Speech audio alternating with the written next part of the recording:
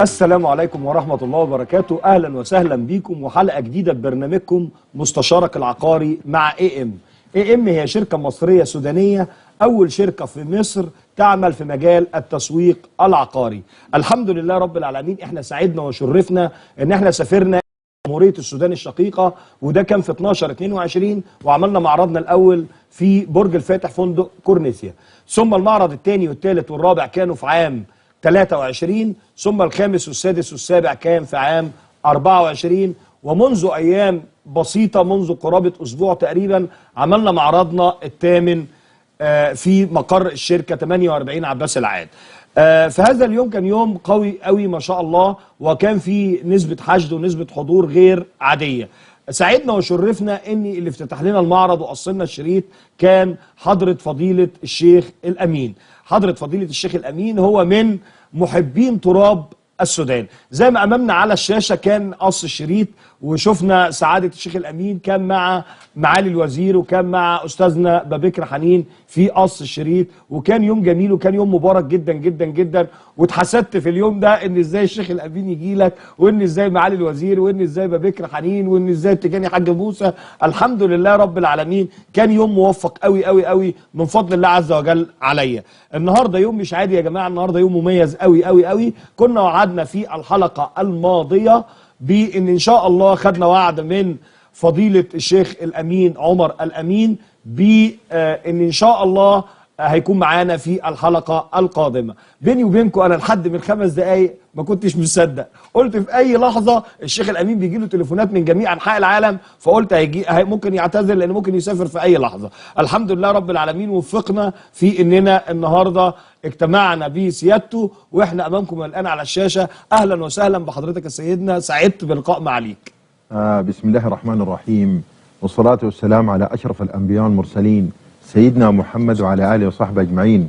سعيد جدا باستضافتكم لنا في برنامجكم العامر وفي قناتكم الكبيره، ونسال الله انه نخوض مع بعض في دهاليز الحاصل. يا سيدنا ده الشرف لينا اصلا اني معاليك قبلت مننا هذه الدعوه. انا عايز اوضح للساده المشاهدين المصريين، الساده المشاهدين السودانيين فاهمين مين هو الشيخ الامين عمر الامين، اما الساده المصريين عايز اوضح لكم ان هذا الرجل هو الجندي الخفي في القصه بتاعه حرب السودان. الشيخ الامين كان ما اسهل اني اول ما قامت الحرب انه ياخد بعضه وياخد رجالته وياخد دنيته وياخد استثماراته ويخرج بره السودان، ولكن هو صمم انه تنه موجود في وطنه الى اخر دقيقه اثناء ما الحرب كانت شغاله وفي عز الحرب. مش يوم ولا 2 ولا 3 ولا شهر، ده يا جماعه قرابه 700 يوم متتاليين هو قاعد في وسط اهله في السودان، ومش عامل تكيه واحده للاكل والشرب، ومش عامل وجبه واحده، ده في فطار وفي غدا وفي عشاء. لقد ايه؟ لحوالي 24 تكيه ب 24 نقطه متفرقه في انحاء السودان. لما يخرج عربيه لوري عشان تجيب مكرونه، ويخرج عربيه لوري عشان تجيب رز، ويجيب عيش، ويجيب انابيب غاز منين وميه، وازاي يعمل وازاي يطبخ لكل العدد ده على مستوى السودان كلها. كانت هذه التكيه من فضل الله، ربنا يجعلها يا رب في ميزان حسناته، هي اللي بتاكل تقريبا السودان كلها.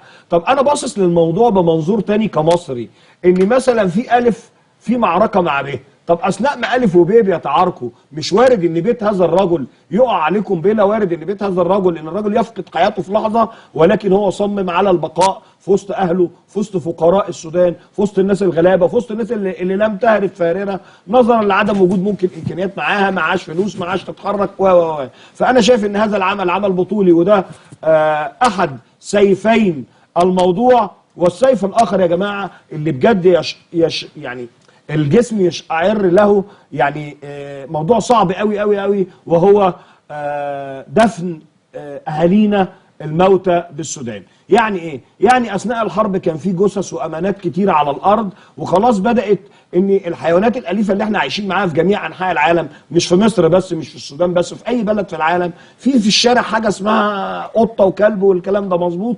طيب دلوقتي الجثث اللي على الارض دي بدات خلاص هذه الحيوانات الاليفه تتجه اليها تاكلها، مفيش حل تاني، لان خلاص هم كانوا معتمدين على ايه؟ على بقايا اكل هنا وبقايا اكل هنا، ما بقاش في الكلام ده خلاص، لان البيوت كلها اصبحت غير عامره.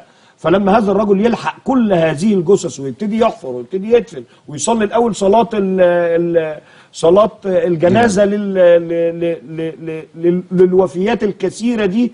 أنا شايف إن يعني ربنا يجعله في ميزان حسناته. سيدنا قول لي نبذة بسيطة عن الشيخ الأمين وعن المسيد وعن أم درمان وهكذا. الشيخ الأمين عمر الأمين طه من مواليد منطقة أم درمان. أم درمان هي العاصمة الإدارية أو العاصمة الثانية للسودان. للسودان نعم. للسودان. نعم. وولدت ونشأت وترعرعت. درست في السعودية في الملك عبد العزيز في الجامعة. ما شاء الله. ورجعت درست العلم الشرعي عند الشيخ عبد الله يوسف غورش المكاشفي. ما شاء الله. وجلست عندي في السودان، وكونت عندنا لما يقول لك مسيد. ايوه. مسيد يعني منطقة كبيرة بتجمع مسجد للصلاة ومنطقة للقرآن ومنطقة للذكر ومنطقة لحلقة العلم الشرعي. نعم. فدي كلها كده تطلق عليها بيكون في زي صالون كبير ده لابن السبيل. نعم. فده بيسمى كله كده مجموعة بيقول لك مسيد. يحضر المسيد الغني والفقير. الغني والفقير والوزير والغفير. نعم. كله بيحضر عليه. نعم. عند المسيد. سيدنا قول لي ان دلوقتي انا عرفت ان في زوايا في جميع انحاء العالم.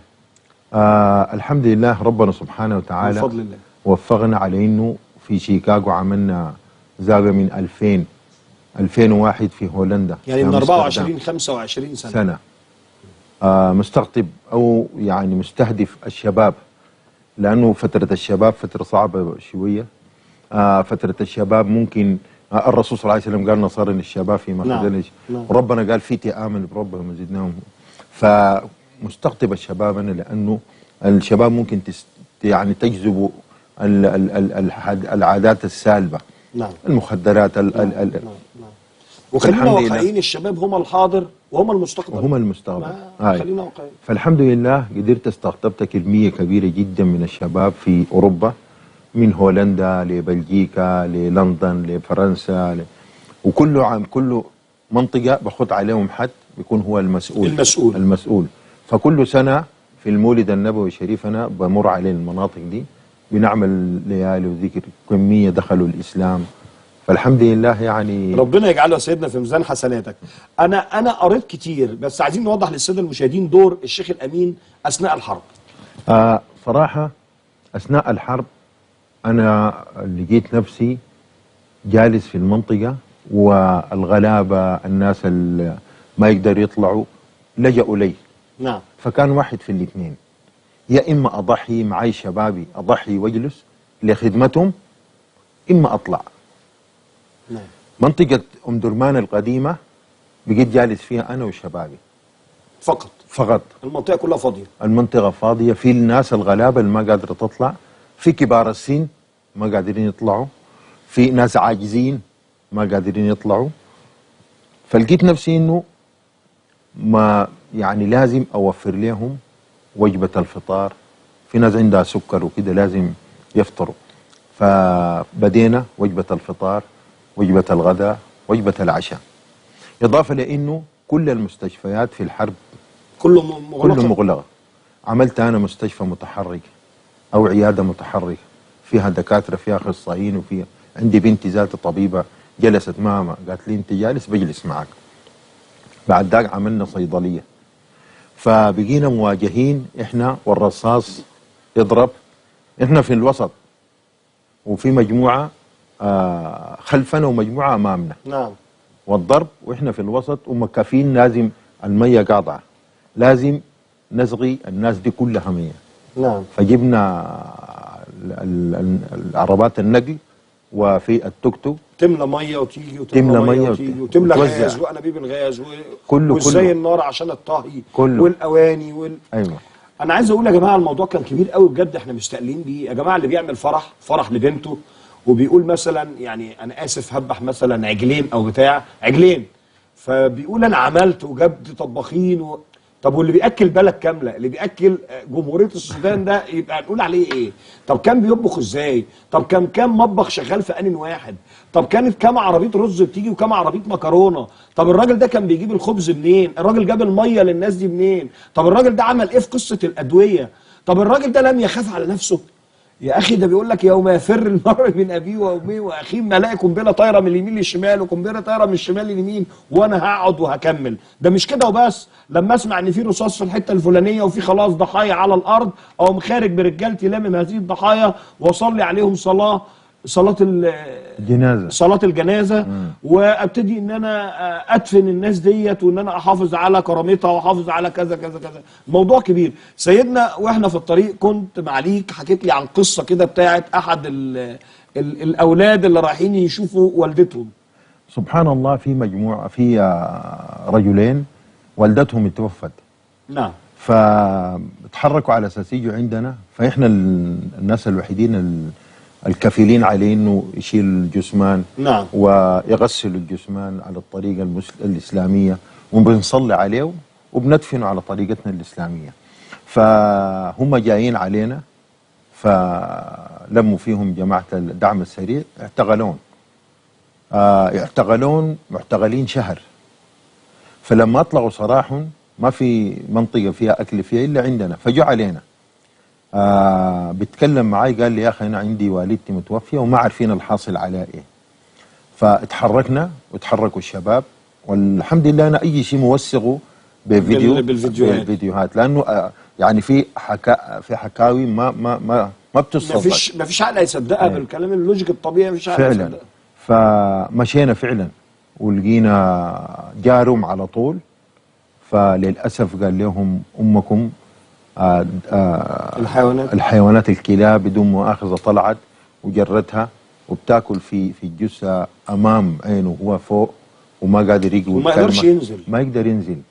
فلما وصلنا احنا لقينا الجثه متاكله، بدأنا نلم في العظام ايوه، وصورناها كلها ودفناها. منظر كان صعب، لكن الحمد لله قدرنا اتوفقنا في انه كل الجسامين زي كده المتحلله كذلك، الناس اللي بنلقاهم في الشارع فاقده اطرافه، بنلقى اطراف اشلاء لوحدها. فكله الحمد لله ربنا وفقنا. سيدنا انا مش عارف اقول لك هنا والله، اعصابي مش عارف اجمعها، ولكن كل اقدر اقول لك بجد والله ربنا يجعل كل هذا في ميزان حسناتك، ربنا يجعل كل هذا في ميزان حسناتك، حضرتك ورجالتك كلهم برضو، لان بصراحه الناس دي تعبت جدا وكانت معاك كتفا بكتف، يستحقوا كل خير. سيدنا ننقل على قول لي دور مصر في استضافه اخواتنا السودانيين اثناء الحرب. حضرتك تعلم ان مصر لم تتردد لحظه في التفكير في انها تحتضن ابنائها السودانيين، لان انا من وجهه نظري الشخصيه ما بحبش اقول كلمه مصر والسودان دي، وادي ما بحبهاش. حتى تلاقي معارضي كلها معرض مصر السودان العقاري الاول الثاني الثالث، حرف الواو ده انا بحس ان هو بيعمل فرقه بين البلدين، لان هم في الاساس بلد واحده، ان كان في فرقه فهي فرقه جغرافيه فقط لا غير، بس في الاخر هي بلد واحده. يعني شوف سبحان الله، من لم يشكر الخلق أو من لم يشكر الناس لم يشكر الله. نعم. أولا الشكر، كل الشكر للشعب المصري، والشكر كل الشكر للغايم على يعني رئاسة الشعب المصري السيد عبد الفتاح السيسي بفتح البلاد لنا، وما في حد شعر بنفسه انه في بلد غريب. احنا ساكنين في بلدنا. واقول لك كمان سر، اغلب السودانيين رجعوا لاصولهم، طلعوا الشهادات وطلعوا الاصول كلها مصريه، الاصول مصريه.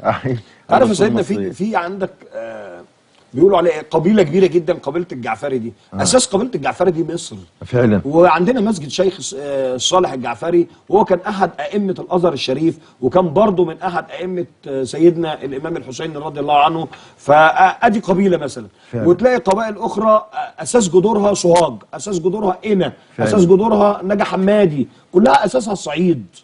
ففتحوا لنا البلد وعشنا، ما عشنا غرباء احنا. نعم. ما عشنا في دول الجوار. فيه لو مشيت اي دوله من دول الجوار بتشعر انك الى حد ما غريب، اجنبي. لكن في مصر ما في حد شعر بانه، ما شعرنا لا ابدا، ما شعرنا بغربه، ما شعرنا.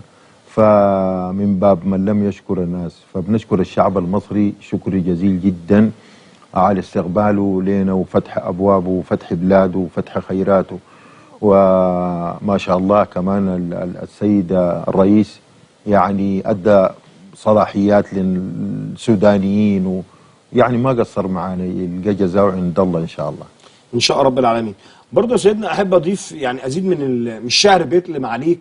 انا يعني ليه وجهه نظر غريبه ان سبحان الله بعد الحرب حصل تآلف وقربه بين الشعبين اكتر من الاول. بمعنى ان كان الاول مثلا مصر بتستضيف قرابه من 900 الى مليون نسمه من السودان، اليوم مصر بتستضيف 8-9 مليون نسمة. ولما قربنا لبعض وزادت المدة بتاعة المعاشرة فأصبحت مش يوم ولا 2 ولا شهر. كان زمان السوداني هيجي مصر عشان يقضي مصيف لمدة شهر بولاده ويشتري بعض حاجات ويرجع. معشي لمدة 27 شهر دلوقتي متتاليين في بيت واحد، الشقة اللي قدامه مصرية واللي تحتيه مصرية والشقة اللي فوقيه سودانية وهكذا. فمتهيألي ان التآلف اللي حصل ده برضه نتيجة الاستمرار في المدة. انت شايف ايه من الناحية دي؟ انا شايف في ناس يتصاهروا وفي ناس يتزوجوا.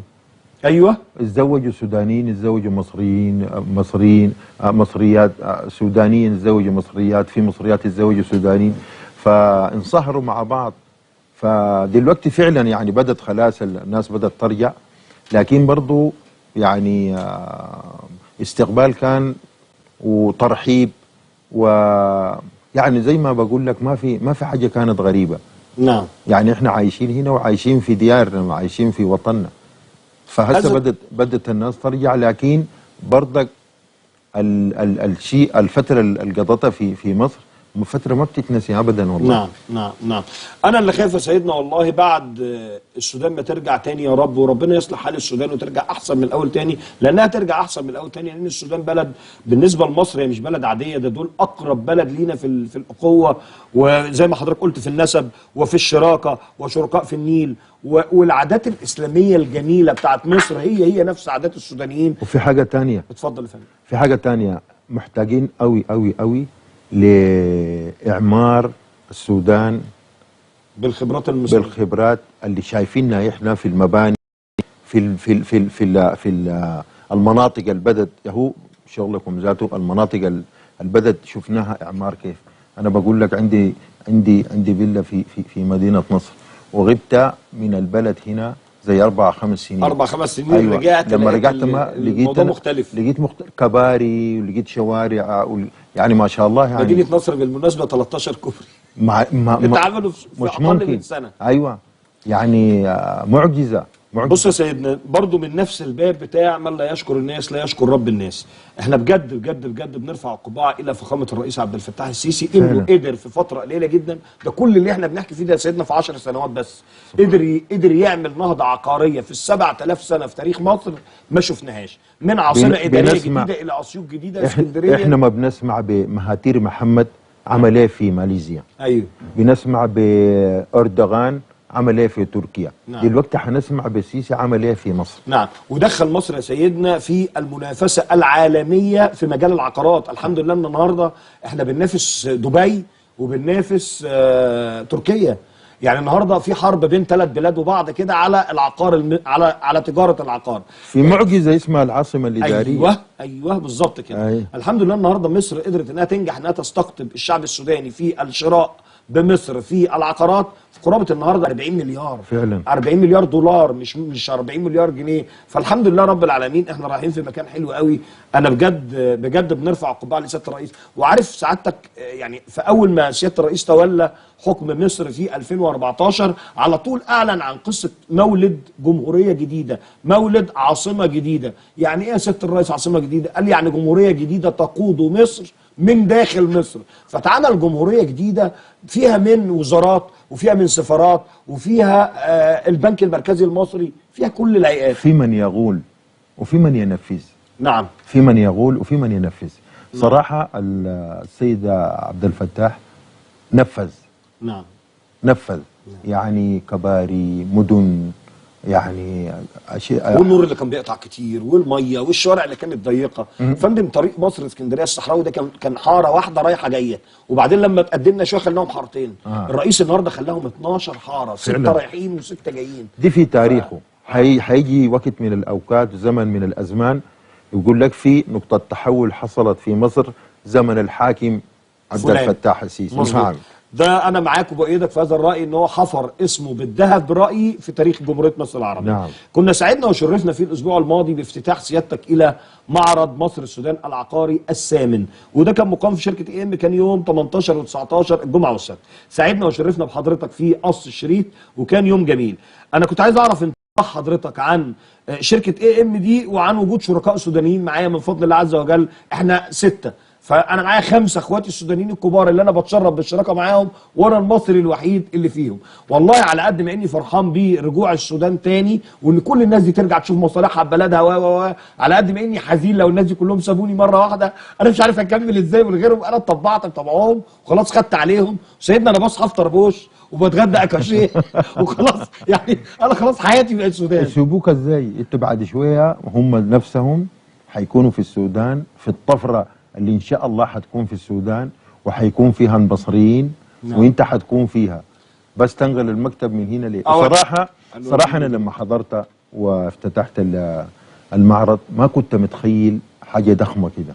الحمد لله. ما كنت متخيل الشركه ذاتها عندها امكانيه للدرجه دي. الحمد لله. اي انا مفتكرها حاجه، يعني حاجه على قدها كده، لكن لا، ما شاء الله لقيت يعني شغل فاسيلتيز، لقيت اشياء، وكانت عروض مختلفه قوي يا سيدنا. مختلفه، من الاستلام الفوري الى الاستلام على 4 سنين، والاقساط كده كده على 10 سنين. على 10 سنه، ودي ما في العالم كله ما حتلاقيه. بالظبط بالظبط بالظبط. فما شاء الله يعني ربنا يوفقكم. شهادتك دي وسامة على صدري يا سيدنا، وانا سعيد جدا والله بتشريفك شركتي. ولحد النهارده انا مش مصدق ان حضرتك جيت وقصت لنا الشريط، بس ده كان فخر وشرف كبير لينا. ممكن يكون من دعاء الوالد رحمه الله عليه يعني. فربنا استجاب هذا الدعاء اني حضرتك نورتنا في الشركه. وان شاء الله يعني عايز اخد وعد من حضرتك بتشريفك مره ثانيه لينا، ونقعد بقى منفردين شويه رايقين معاك كده، نقدر نشرح لك كل حاجه على الطبيعه ان شاء الله باذن الله تعالى. وشرف لنا كبير جدا. وهو زي ما قلت لك، يعني شوف انت دي الشركه شراكه بينك وبين سودانيين وفي مصر، صح؟ بعد شويه نفس الشراكه دي حتنتقل الى السودان. الى السودان ان شاء الله. ايوه ان شاء الله. وان شاء الله نسمع. انا واخد وعود كتير من الساده الشركاء. معايا من الساده الشركاء اخويا صادق محمود الحلو من الناس الحلو والناس المهدي، ومعايا حسن انور يوسف، ومعايا الحاج محمد مصطفى الطيب، ومعايا خالد عبد الله سليمان المنوفي، ومعايا الدكتور عادل كوباني، ومعايا مصطفى جرافي. واخد وعود منهم كلهم هيدوني دور ارضي عشان نعمل 6 فروع في مره واحده في السودان. مره في كافوري، ومره في ام درمان، ومره في بحري. ان شاء الله هنعمل شغل كويس. وان شاء الله انا بقيت في السودان دول اهلي وناسي، وانا مش عارف بجد مش هقدر اخرج منهم يعني. وان شاء الله يردوا لك الجميل زي ما استقبلت ونت هنا وقدمت لهم الحاصل ده. كمان هم رد الجميل هو صعب. نعم. نعم. فيردوا لك الجميل هناك كمان في السودان، وتكونوا نفس القوه اللي هنا تكون نفس القوه في السودان. والسودان محتاج صراحه محتاج للخبرات المصريه بالذات. ان شاء الله نكون عند حسن ظن حضرتك. انا عايز اقول لك ان حلقه واحده مع سيدنا الشيخ الامين مش هتنفع، فوالله العظيم انا عايز حلقه ثانيه وثالثه ورابعه وخمسه وسته، ومش عايز ابقى طماع معاك، بس نظرا لوقت البرنامج الضيق والحلقه تقريبا شبه خلصت. انا في نهايه حلقتي بتقدم بخالص شكري وتقديري الى حضرتك لقبولك دعوتنا البسيطه في نعمل حلقه جميله مع بعض. شكرا لحضرتك، شكرا لاهالي السودان، شكرا لكم. كان معكم عبد الحفيظ محمد عبد القادر AM4 Real Estate، والسلام عليكم ورحمه الله وبركاته.